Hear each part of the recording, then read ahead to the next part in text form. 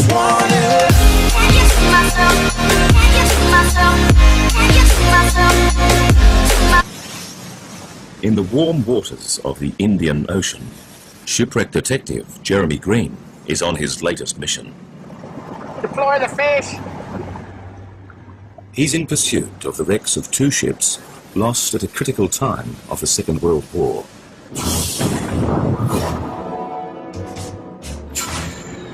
A time Churchill was to call the most dangerous moment.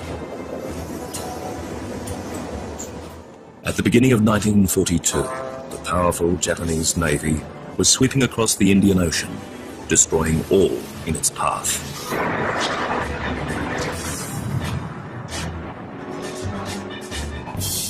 Their objective was the island of Ceylon, now known as Sri Lanka.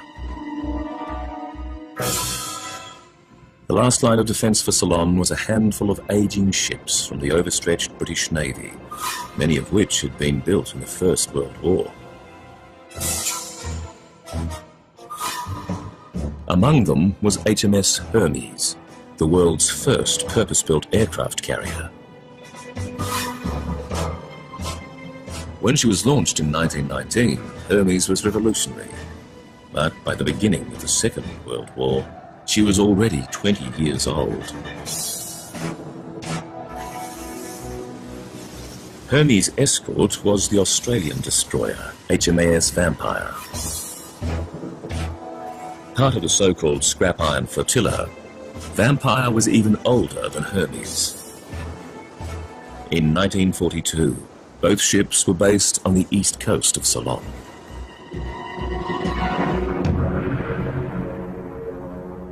On the 9th of April, they were spotted by Japanese reconnaissance planes.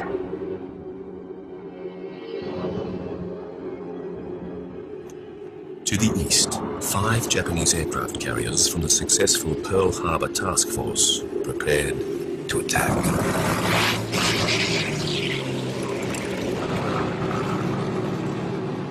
With their skills honed in the Pearl Harbor raid, the Japanese pilots were about to unleash what has been described as the most accurate bombing of the Second World War.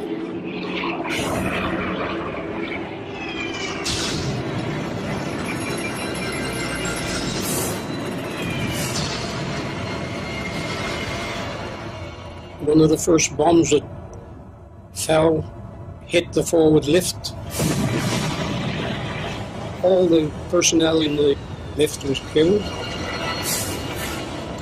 When I looked into the hangar, it was totally aflame. Sheer battle. It was shocking. But it was very, very quick. In just 10 minutes, the Hermes suffered 40 direct hits.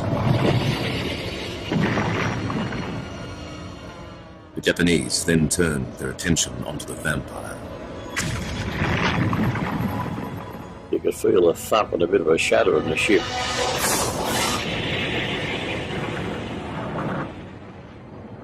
It broke in half. The bow started to come up and the stern. And the last thing we saw, of course, was the flag going down, the white ensign. In less than 30 minutes, the Hermes and Vampire lay shattered on the ocean floor. Along with them, over 300 lives.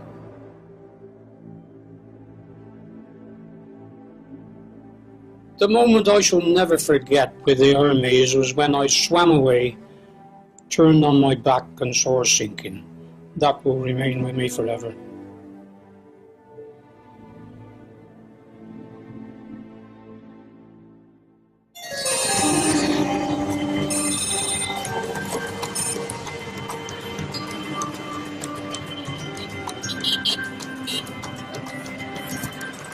The remote town of Batticaloa lies on the east coast of Sri Lanka. It's here that Jeremy and dive master Ed Punchard are planning the search for the Hermes and Vampire. Our indication from the Admiralty pilot that this is where the Hermes is. Finding shipwrecks is never easy, But on this expedition, the team have some major clues.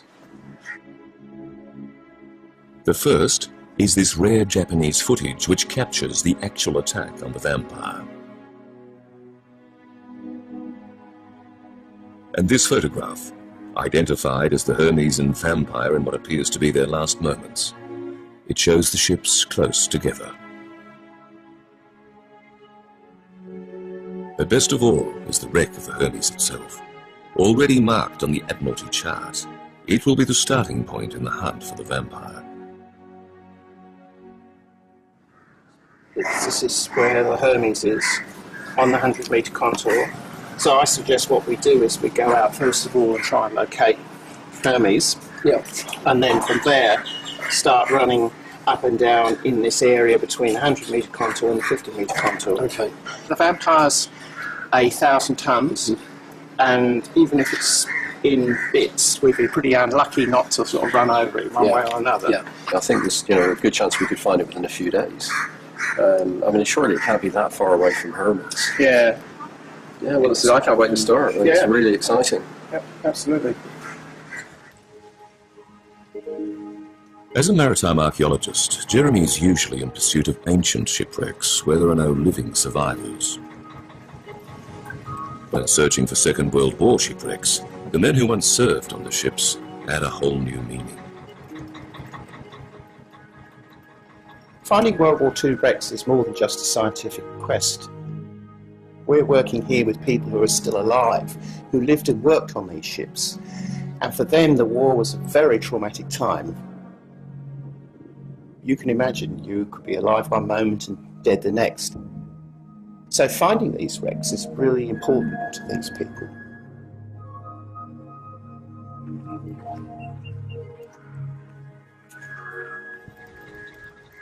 To commemorate the anniversary of the sinking, the expedition has been timed to coincide with the arrival of veterans from both the Hermes and Vampire. The hope is the team can find both ships before the veterans arrive.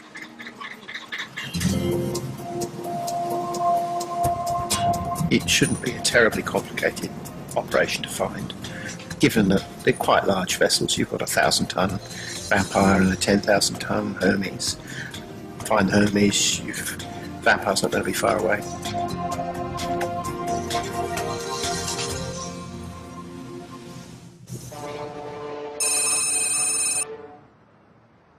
With these sort of pictures in conjunction with the aerial shots from the Japanese reconnaissance planes and your information, we're hoping to weave things together to get an idea of where the vessel is. In Sydney, team member Coralie Suter is meeting with veterans from HMAS Vampire. Bill Price, Vince Cesari and Lloyd Saltmarsh. Coralie hopes that their recollections can provide more clues to the whereabouts of their ship. We know where the wreck of the Hermes is. She should be out there somewhere. Yeah, here's the Hermes here. From your memories, well, when the Vampire went down, how far was she from the Hermes? How far away she would be, I would suppose about a nautical mile. Very close when they were sinking, because we could see them running on the deck and everything and jumping off. How fast was it going? 27 knots for a start. Maximum speed. Maximum speed of 27 knots, and you were going for how many minutes? Because this might help us get distance as well. And it was only a matter of minutes. When the first bomb actually hit us, took out the front boiler room. It was very quick after that. The explosion took place in the after end of the ship. It broke in half and sunk.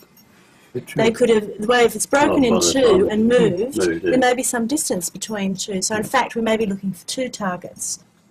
My final question is how would you feel if we managed to locate the Vampire? Very elated. I think it'd be a wonderful thing at this stage to find it, even at this late period, to find it. Yes, I'd be very happy about it, extremely.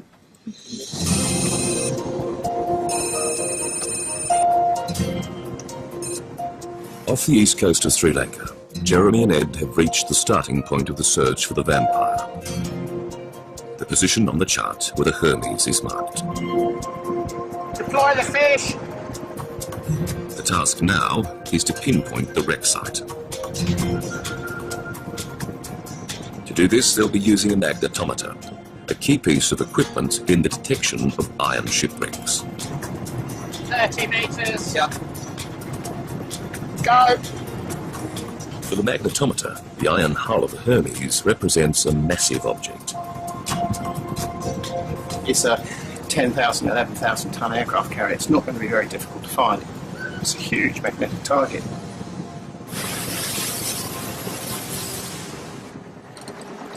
We're now just about to go over the Hermes. We're about 50 metres from the end of it.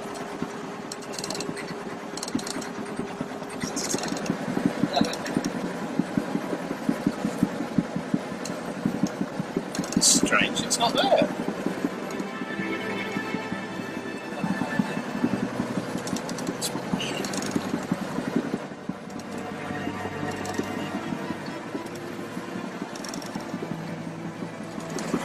Go right past it, and there's absolutely no sign of it.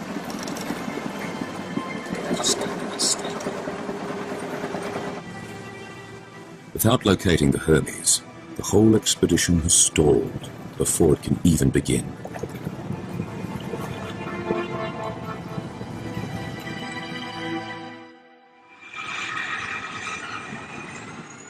With the expedition in disarray, the veterans arrive. Welcome to Colombo. It's 1942 the last time I was here. Welcome. The last time these men were here was after a desperate struggle to survive.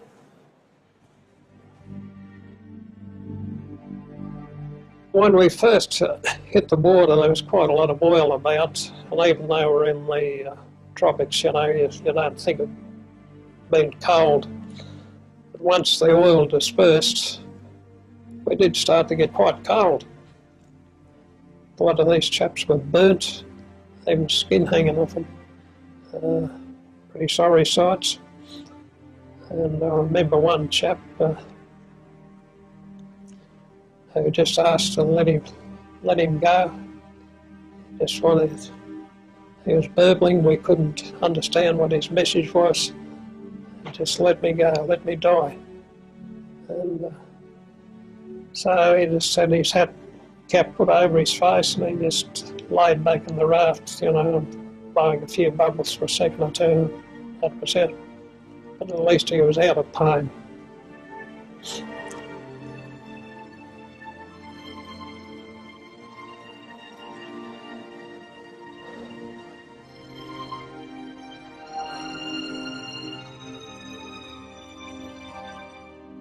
After 8 hours in the water, all the survivors had been picked up by the hospital ship Vita and were brought to Colombo.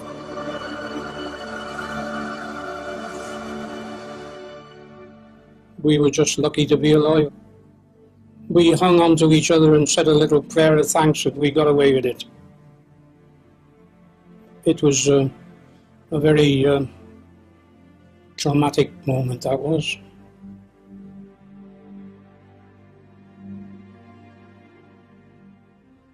For the survivors, the slow road to recovery began. While the physical scars would heal, the mental scars would last forever.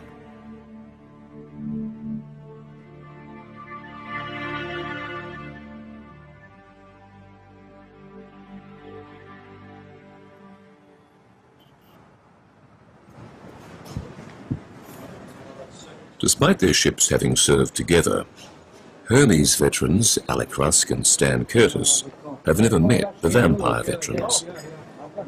How do you do? Hermes Vampire? Vampire, yes. It's wonderful to see you. Wonderful. 63 years. Yes. What a day that was. Well, it was indeed. Yeah. Who's the other gentleman? Yeah, that's Alec. Alec. This is my son, David. There you Oh, go, yeah. my friend. You're looking fit and well. Yeah. Nice to see you. Wonderful, wonderful. And you, brother? Yes. Give us a kiss. He said, a stoker.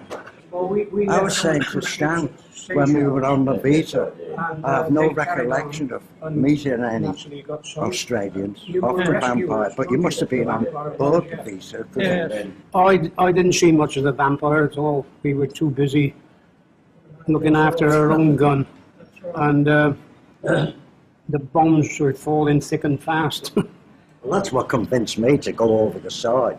When I opened this door and the hangar is full of flames, and of course there's all kinds of ammunition, you know, depth charges and bombs, and that's when I said, time to get out. See what they had to put up with 40 hits with dive bombers. It's horrific.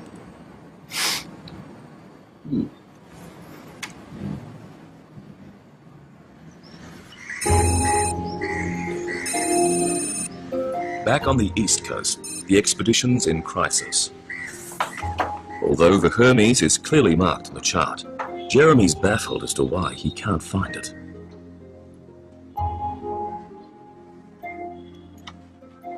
At this point, it starts to get worrying. You kind of lie in bed at night wondering, did we not make our lanes close enough? Have we missed it? And then you think, no, that's not quite like that. But it is kind of, it's worrying and disappointing and frustrating all at the same time.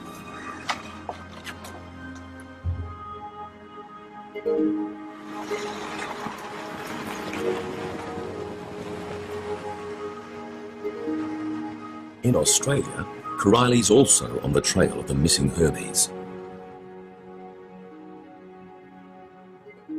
The country estate of Abercrombie in New South Wales is home to Rex Morgan. Hello, you must be Corylli. Welcome to Abercrombie House. It's very good to have you here. Rex Morgan's father, Charles, was the photographer on board the Hermes. Nice to have you with us. Well, come on in. There he is, the great man of the Hermes. As well as surviving the sinking, Charles Morgan actually photographed the event, taking what have been described as some of the greatest pictures of the Second World War.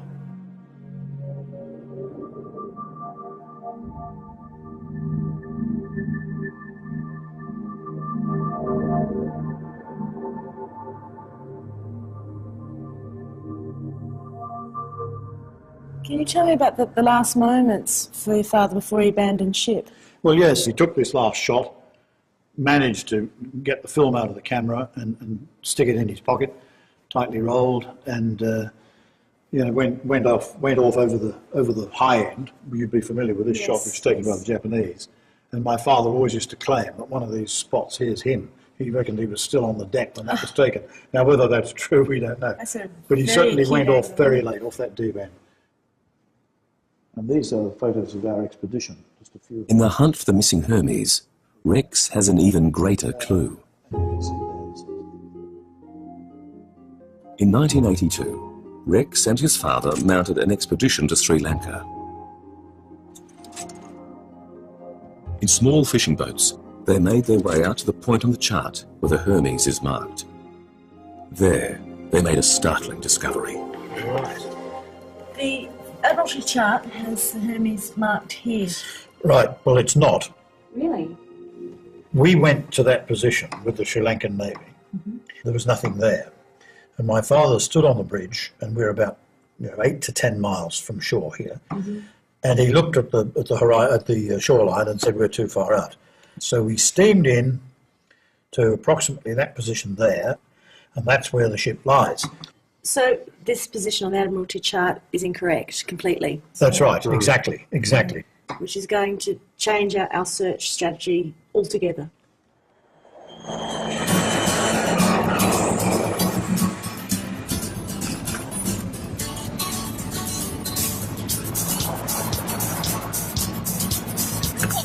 With all of these sorts of things, it's like a journey. You start off with the most logical thing. Here's an Admiralty chart. This is where the aircraft carrier is. You go and search there, it's not there. Luckily, Corylli's turned up with this new information which puts us back in a completely different box. Fly the fish! On this run, Jeremy wants to create a more detailed image of the seabed. To do this, he's using a side-scan sonar. The side scan works on the principle that it's like a fan of sound going out, and the fan of sound scans across the seabed, and you basically get a picture of the bottom.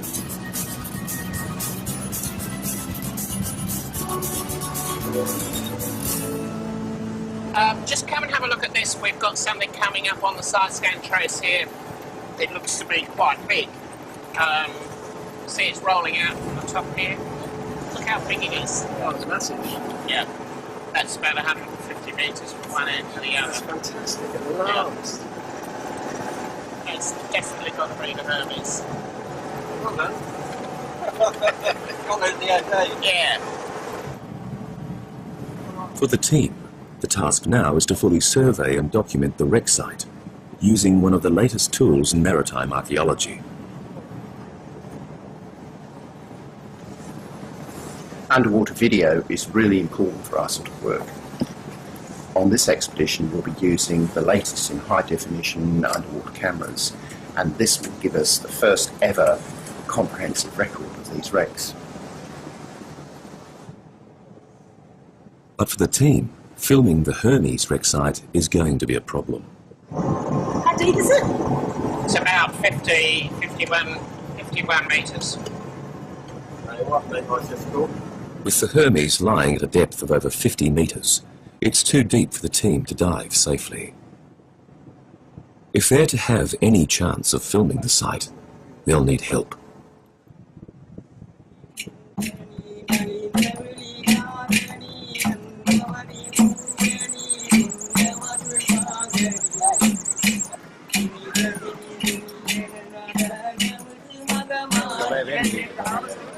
In Colombo, the veterans are meeting with military historian Sergei Da Silva. But I still want to know what the name of that building is. The old Parliament. That's the old Parliament. That's the old Parliament. Yeah. Born in Sri Lanka but brought up in Australia, Sergei's one of only a few to have researched the secret history of what was to become known as the Battle of Ceylon. Just imagine a British airman's point of view, or a British soldier on the ground, a anti-aircraft gunner, for instance.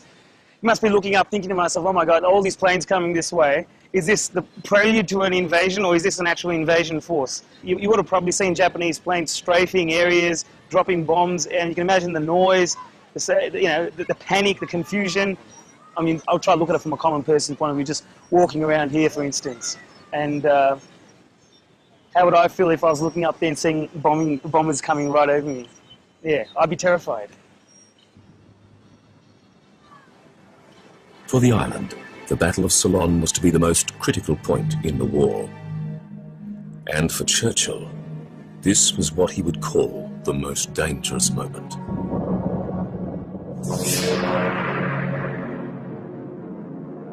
As the Japanese bombers swept over Colombo on the 5th of April 1942, Churchill's fear was that a full invasion was imminent. An invasion which could have had catastrophic results. If the Japanese did follow up with an amphibious landing on Ceylon, we would have seen a very dire situation developing, and that the British had no real means to resist the Japanese advance into the Indian Ocean. Ceylon was significant as a stepping stone into India, which was the jewel in the crown of the British Empire. The political significance of India to the British was huge, and if Ceylon was lost and India was imperiled as a result, the empire is on its knees. With the British Empire threatened, Churchill feared that if India fell, or took the chance to declare independence, the entire region for the Allies would be under threat. The Allies had to protect the oil routes coming from Abadan in Iran and Iraq. You can imagine if they lost the oil supply routes there, it would endanger the entire war effort. And also the reinforcement route which is coming around the Cape from England and into the Red Sea. So no more reinforcements could be launched into North Africa. And if North Africa fell, for Churchill, there was an even more frightening scenario.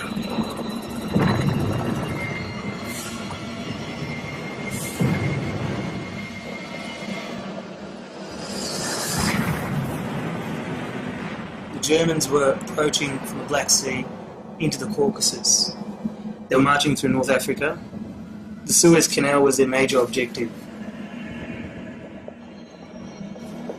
With the Germans pushing east and south, with India vulnerable, and the Japanese advancing west and north, the Axis powers would link up. As Churchill said, this would have closed the ring and the future would have been black.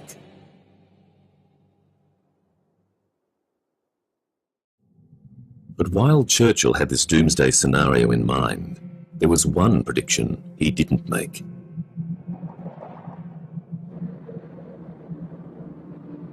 After 5 days, suddenly the Japanese gave up their attack.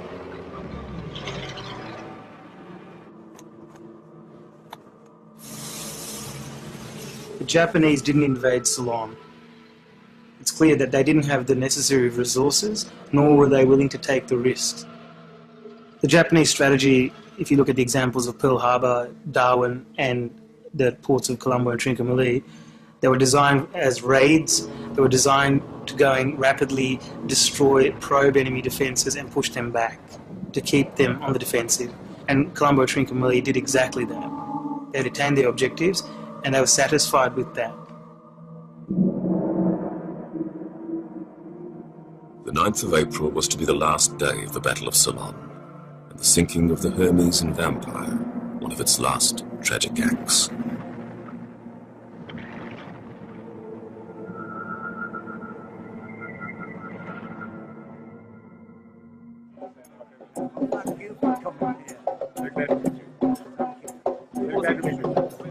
From the Hermes, HMS Hermes, and HMAS Banshee. At a welcome reception, all those who fought in the Battle of Ceylon are being honoured. For Jeremy and Coryley, it's their chance to meet the veterans. So whereabouts are you from? Whereabouts in Liverpool? Liverpool, right. Yeah. Jeremy and I are working, trying to find the vampire. It's only taken us 63 years to get back. We recall and honour the 9 men of the HMAS Vampire and the 309 men of the HMS Hermes who died in common cause on that dreadful morning. We also recall and honour all those who died during what became known as the Battle of Ceylon. We who have come after and know the freedom that was bought by your sacrifice and that of your comrades and countless others cannot imagine the horror of what you went through in those waters off Batticaloa. Bill, Vince, Stan and Alex, welcome and thank you.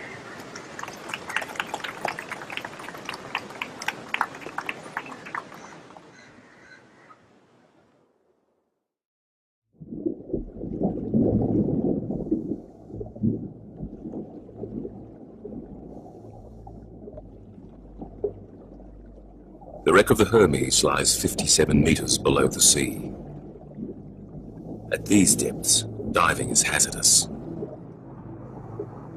If the wreck site is to be dived, the team need expert help.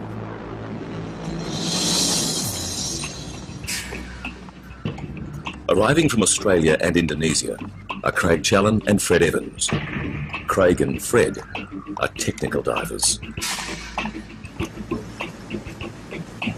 Technical divers are a new breed. They've turned scuba diving into an extreme sport.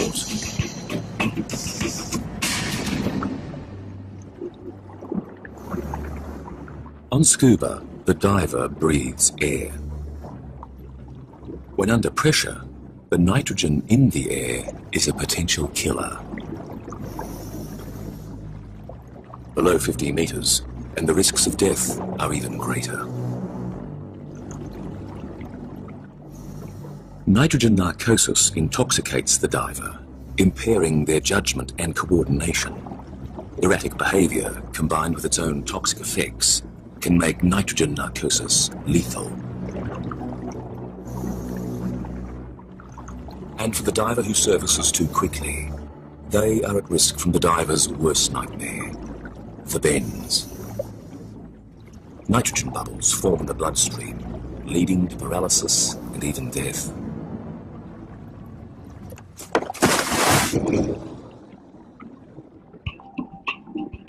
Technical diving was developed from military technology. It uses a carefully controlled mixture of 3 gases: oxygen, helium, and nitrogen. By reducing the amount of nitrogen they breathe, the technical diver can go deeper and stay down longer. At 57 metres, Craig and Fred will be able to spend up to an hour on the seabed on every dive. It will be their job to film the wreck site.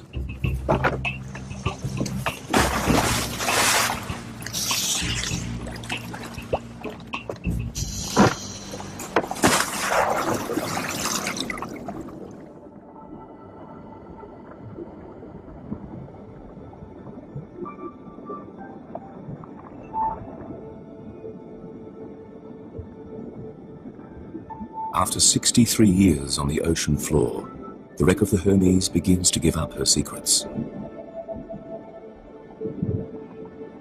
The devastating attack, which saw her suffer a violent end, has left her superstructure collapsed and her back broken.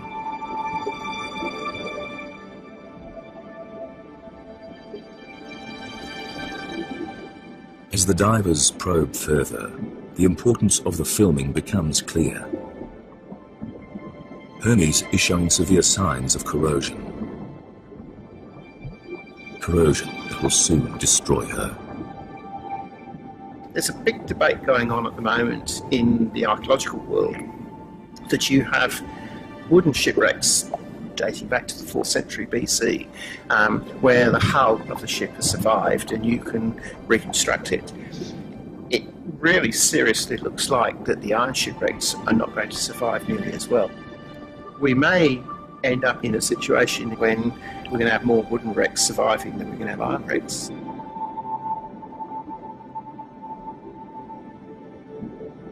But on the Hermes, there are still some recognisable features. The observation tower, which once stood above the bridge.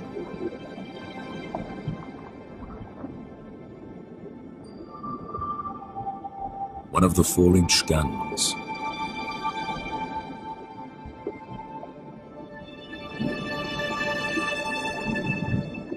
A propeller.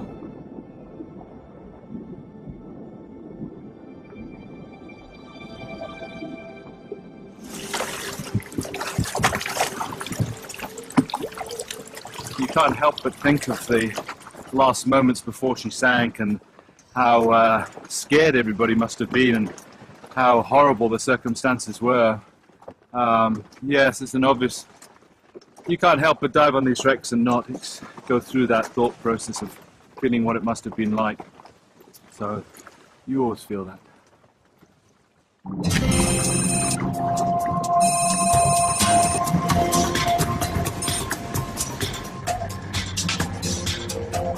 With the filming of the Hermes underway, the pressure's now on to find the vampire. Having met the veterans, having connected with them and listened to their stories, it's very important to find it for them. But for the team, at the edge of the search area lies a massive problem.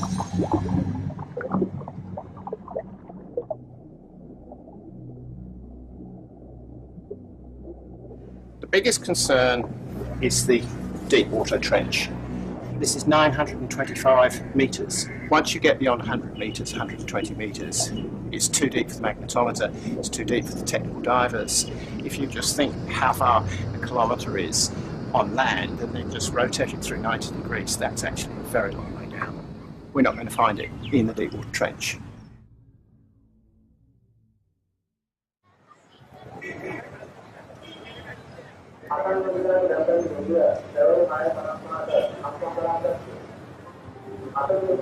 In 1942, after the veterans were rescued, the traumatised survivors boarded trains in Colombo and headed to the relative safety of the Central Highlands and the town of Kandy.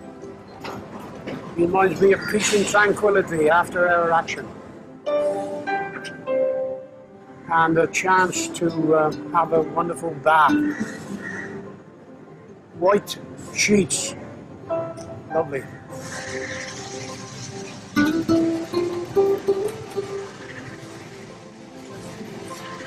There wasn't any great conversation, you know, we were all looking at each other. There was nothing to say, really, other than, I wonder if so-and-so got off, I wonder, oh, did you see so-and-so?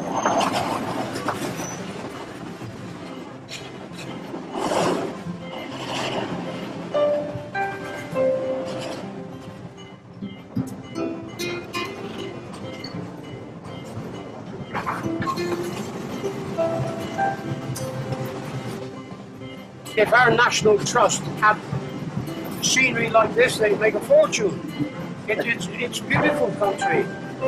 But as Alec has just said to me, we're seeing all this at the expense of our mates.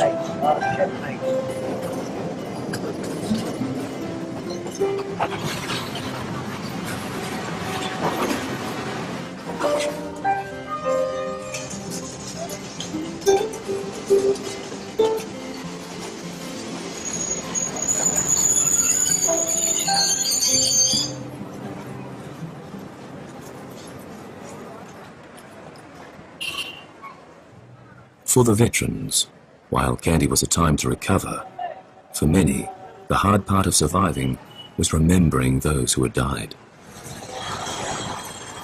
For Stan, returning to the Queen's Hotel is filled with mixed emotions. Long time ago, no see. Wonderful to be back again.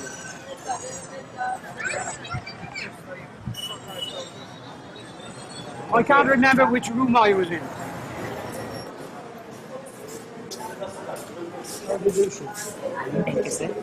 63 years ago, I was in this hotel. Is that right? So you must be knowing more about this hotel than I do. And I survivor off the Hermes aircraft carrier.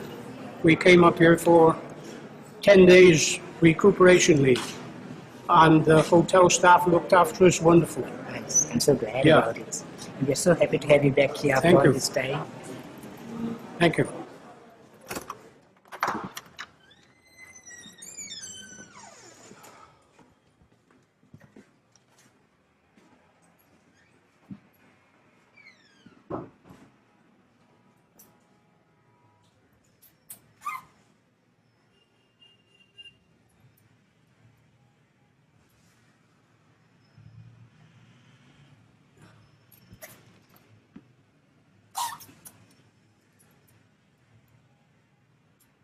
I don't want to stop too long.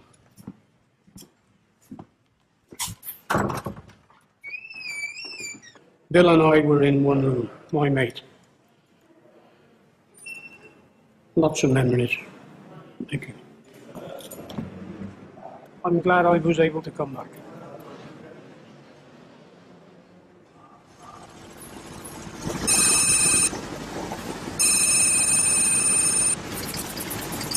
For Jeremy and the team, the search for the vampire is not proving to be as easy as they'd hoped. You shouldn't be too confident about these sorts of things. I know I felt at the beginning that this would be a relatively easy thing, and we'd find it within a few days. Clearly, that wasn't to be.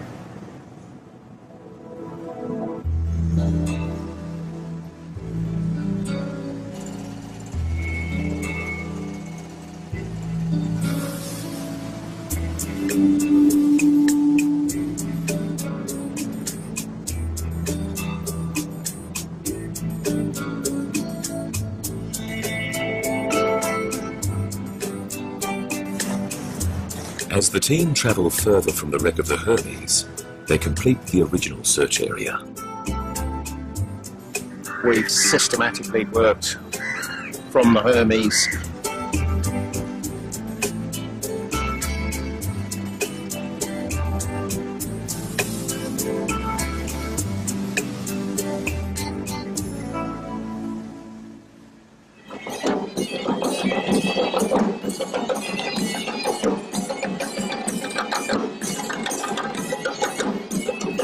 The visit to Candy is coming to an end.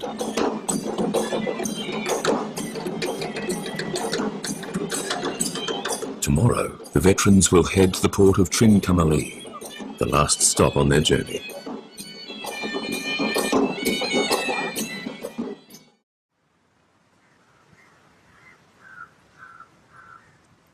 For the expedition, time is running out. In a last-ditch effort to find the vampire, Jeremy's come up with a radical new theory. In this last clip from the film of the vampire sinking, you can see an outline of mountains. This constantly turns up to be a peak, and that peak seems to be Friar's Hood, which is quite a distinctive mountain. It's the tallest mountain on the east coast of Sri Lanka. So if that is Friar's Hood, then if you draw a line from Friar's Hood, it goes straight through the middle of the picture to exactly where the vampire's, just like a finger pointing.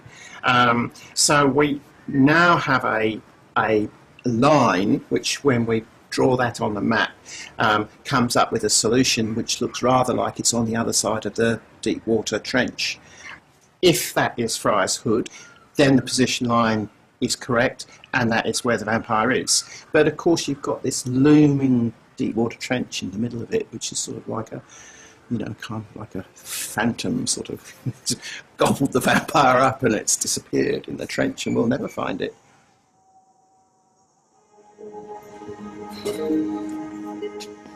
Long The veteran's journey has come full circle.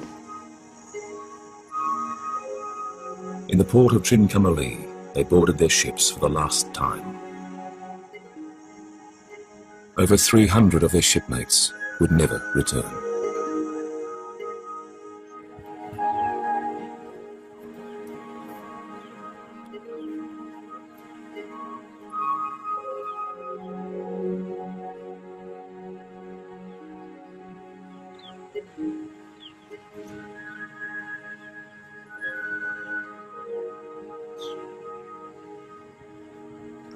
Oh, an able seaman, no name.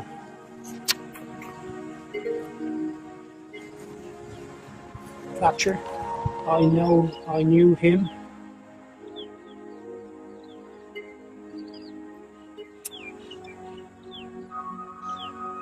That's the three, is it? Well,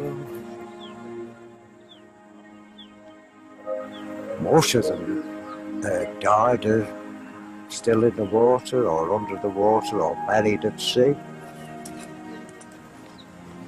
Still, it's very poignant. God rest her soul. When you go home, tell them not and say, for your tomorrow we gave our today. Thou shalt not grow old, as we who are left grow old. Age shall not weary them, nor the years condemn. And at the going down of the sun, and in the morning, we will remember them. We will remember them.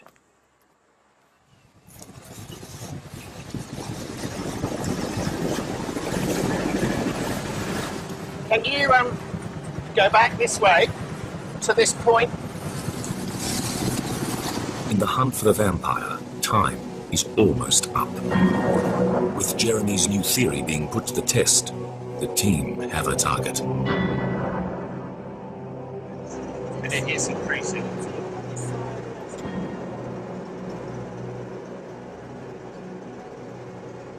Okay, so it's smaller on this side.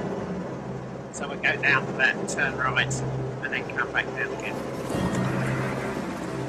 Come on one side of it and the signal's it's lesser. So we're going to go on the other side of it and see the signal is greater. So that will determine whether there's something there or not.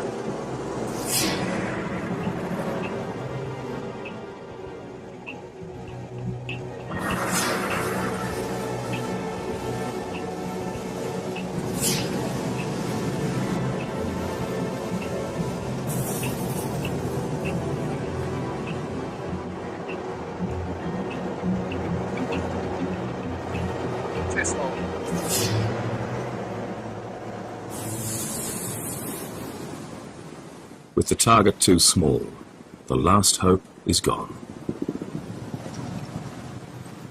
Although the team haven't found the vampire, they're convinced they know where she is. Unfortunately, the vampire really is lying at the bottom of the deep water trench, and certainly beyond our capability of ever finding it. While the vampire remains undiscovered, there's now enough evidence to piece together the ship's last moments. Travelling at full speed, the ship took a direct hit on her boiler room. Despite this, she continued to travel away from the Hermes, putting her right over the deep water trench. The last bomb broke her back, splitting her in two, and she sank nearly a kilometre to the ocean floor.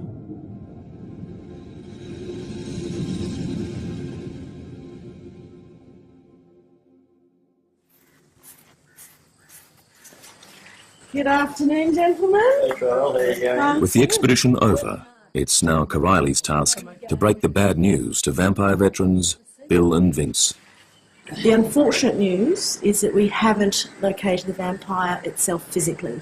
We have a good idea, we're pretty sure where it is, but we haven't found the ship itself. Now, the reason why is I think it's in extremely deep water. I'm really disappointed we couldn't find it for you guys. Jeremy worked very hard. Our whole team did, and he's also terribly disappointed, and I'd like to convey that from him as well. You know, he would have loved to have found it for you, so you know, it's unfortunate. It's lovely to think that you've worked so hard, and all I can say is thank you, and those that are still with us back home, we can pass on that story. And let's hope one day, in the near future, before we snuff it, I might get a telegram and say, we found it. We will do our best. You read that. Yes, very good.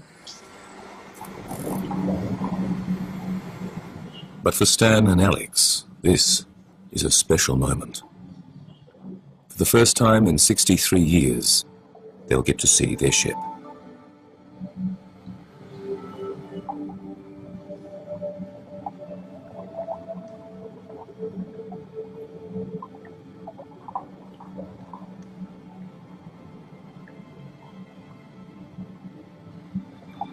That was my home for 3.5 years.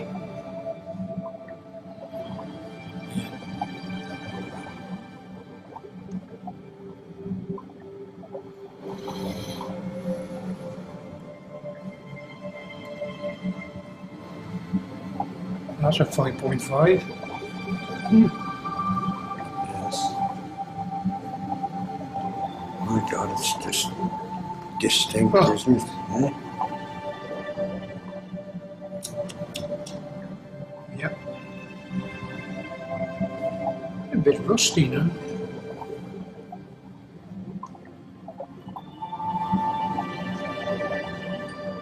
I mean, those guns are actually pointing up to heaven, aren't they? They're pointing up to heaven.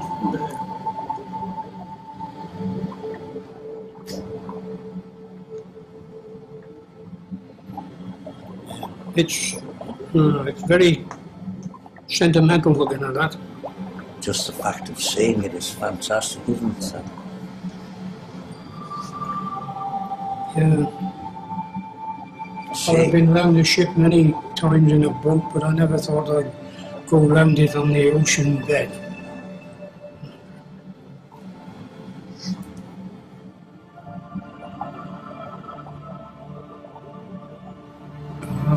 White ensign.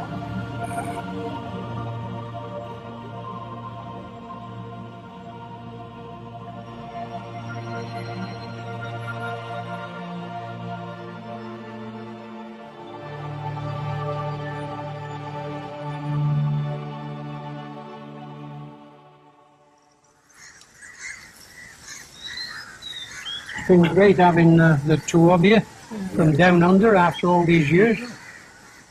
We had an affinity with each other. Your Navy, our Navy. And we well, as I said, we understand each other. Well, we each know what we're talking about, and the language we use is the same. We lived so close together. That's another thing. Well, you know, I think the bottom line is we were together on that day, in a manner of speaking, right, yeah. And we're together now, aren't we? Yeah.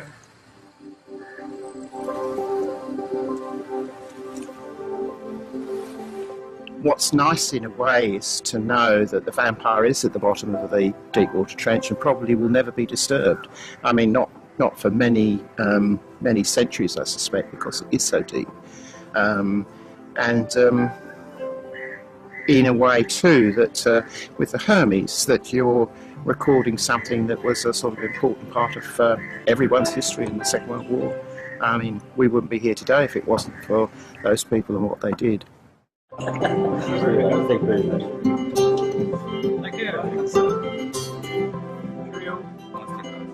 Thank you very much.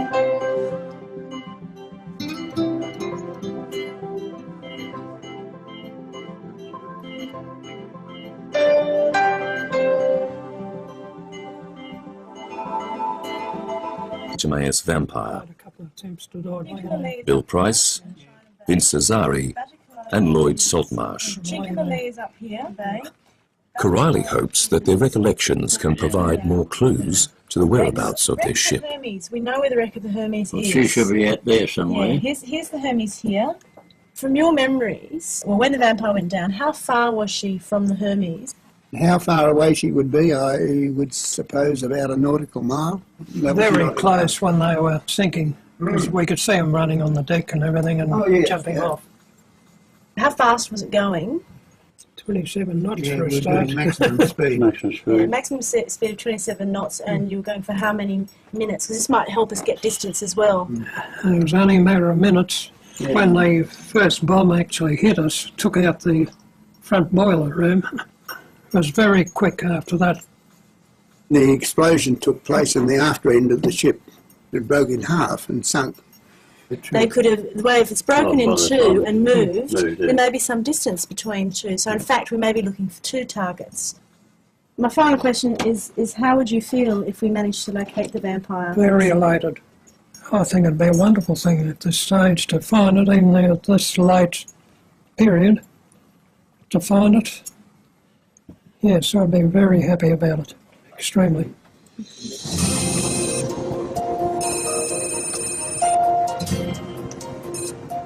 Off the east coast of Sri Lanka, Jeremy and Ed have reached the starting point of the search for the Vampire. The position on the chart where the Hermes is marked. Deploy the fish. The task now is to pinpoint the wreck site. To do this, they'll be using a magnetometer, a key piece of equipment in the detection of iron shipwrecks. I just want it. Can you see myself? Can you see myself? Can you see myself? In the warm waters of the Indian Ocean, shipwreck detective Jeremy Green is on his latest mission. Deploy the fish.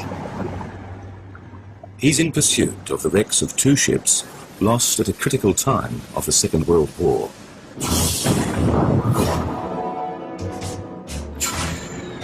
A time Churchill was to call the most dangerous moment. At the beginning of 1942, the powerful Japanese Navy was sweeping across the Indian Ocean, destroying all in its path.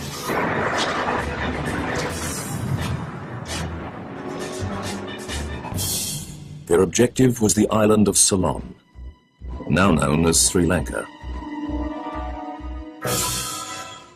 The last line of defence for Ceylon was a handful of ageing ships from the overstretched British Navy, many of which had been built in the First World War. Among them was HMS Hermes, the world's first purpose-built aircraft carrier. When she was launched in 1919, Hermes was revolutionary. But by the beginning of the Second World War, she was already 20 years old. Hermes' escort was the Australian destroyer, HMAS Vampire.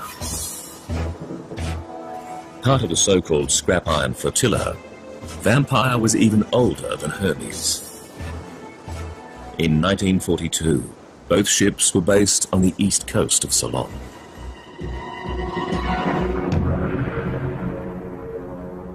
On the 9th of April, they were spotted by Japanese reconnaissance planes.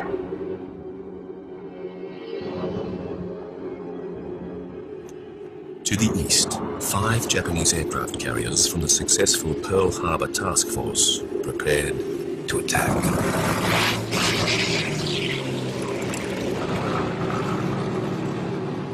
With their skills honed in the Pearl Harbor raid, The Japanese pilots were about to unleash what has been described as the most accurate bombing of the Second World War.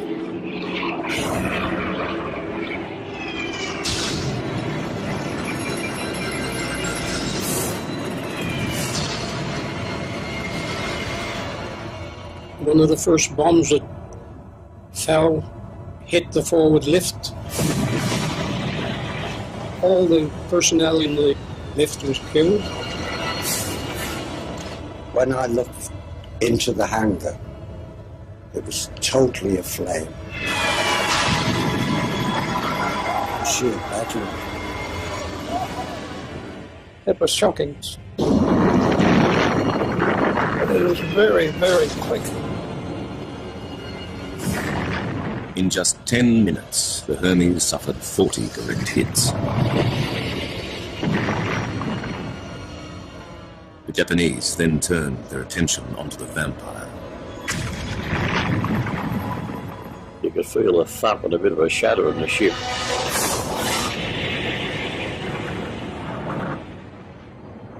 It broke in half. The bow started to come up and the stern, and the last thing we saw, of course, was the flag going down, the white ensign. In less than 30 minutes, the Hermes and Vampire lay shattered on the ocean floor. Along with them, over 300 lives.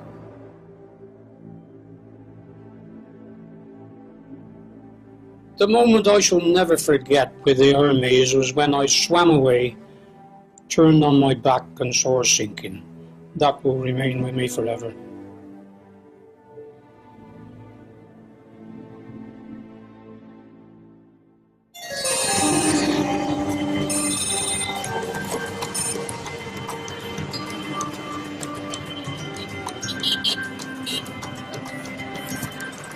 The remote town of Batticaloa lies on the east coast of Sri Lanka.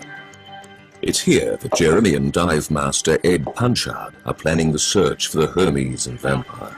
Our indication from the Admiralty pilot that this is where the Hermes is. Finding shipwrecks is never easy, but on this expedition, the team have some major clues. The first is this rare Japanese footage which captures the actual attack on the Vampire. And this photograph, identified as the Hermes and Vampire in what appears to be their last moments, it shows the ships close together. But best of all is the wreck of the Hermes itself. Already marked on the Admiralty chart, it will be the starting point in the hunt for the Vampire. This is where the Hermes is, on the 100-metre contour. So I suggest what we do is we go out first of all and try and locate Hermes. Yeah. And then from there, start running up and down in this area between the 100-metre contour and the 50-metre contour. Okay. The Vampire's 1,000 tonnes, and even if it's in bits, we'd be pretty unlucky not to sort of run over it one way or another. Yeah, I think there's a good chance we could find it within a few days. I mean, surely it can't be that far away from Hermes. Yeah. Yeah, well, I can't wait to start. It's really exciting. Yep, absolutely. As a maritime archaeologist, Jeremy's usually in pursuit of ancient shipwrecks where there are no living survivors. When searching for Second World War shipwrecks, the men who once served on the ships add a whole new meaning. Finding World War II wrecks is more than just a scientific quest. We're working here with people who are still alive, who lived and worked on these ships. And for them, the war was a very traumatic time. You can imagine you could be alive one moment and dead the next.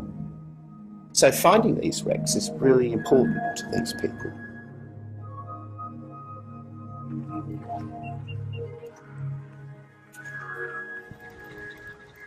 To commemorate the anniversary of the sinking, the expedition has been timed to coincide with the arrival of veterans from both the Hermes and Vampire. The hope is the team can find both ships before the veterans arrive.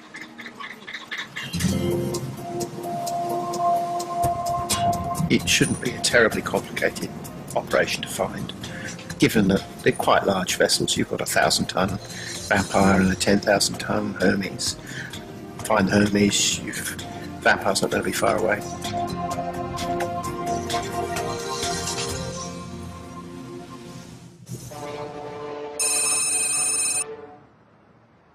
With these sort of pictures in conjunction with the aerial shots from the Japanese reconnaissance planes and your information, we're hoping to weave things together to get an idea of where the vessel is. In Sydney, team member Karaili Suter is meeting with veterans from